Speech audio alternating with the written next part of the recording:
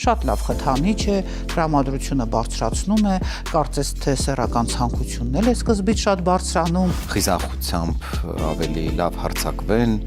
անկողնում հերոսություններ գործեն։ Հենց հասնում է հարցը գործին, այդտեղ արդեն չի կարողանում նորմալ եւ ակտիվ սեռական հարաբերություն ունենալ։ Ինչ կա չկա սեղանին ուղարկել ստամոքս մի կերպ այնտեղ տեղավորել, գլխին էլ լցնել գազավորված ըմպելիքներ,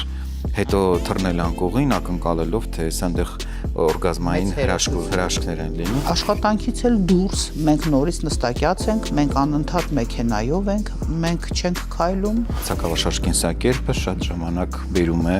սեռական օրգաններում տարբեր տեսակի կանգային բորբոքումների, շագանակագեղձի բորբոքման։ Նստել ենք հեռուստացույցի առաջ կամ համակարգչի առաջ, մինչև ժամը 3-ը 3-ին նոր պատրաստվում ենք քնել, էլ պետք չի քնել։ Քնի խախտված գրաֆիկով պայմանավորված նաև կորցրել են հետաքրքրությունը սեռական ոլորտի նկատմամբ։ Ցածր է տեստոստերոնը։ Գիշերային զրույցներ ամեն ուրբաթ